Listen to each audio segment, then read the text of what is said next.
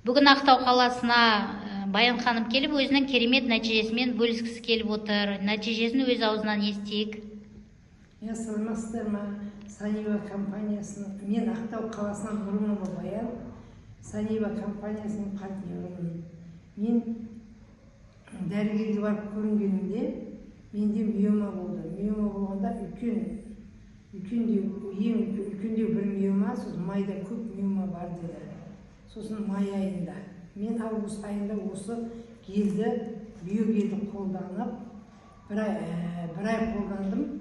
Одан кейін 2 ай демалып, тағы кеше ноябрь айында қолданып, врачқа тексеруге барсам, 4 кішкентай 2 сантиметр миома қалған деді. Соған мен қуанып, тағы 2 биогел алып отырмын. Сіздерге де осы биогелді ұсынамын. Қараңыздар, УЗИ-ға түскенде бір үлкен миома и множественный миома болған, көп миома. Соның барлығы кетіп, 4 миома 2 сантиметрлік қалыпты. Ем болсын, сізге алдағы уақытта осы миомасы бар кісілердің барлығына осы биогелді алып пайдалануға кеңес береміз.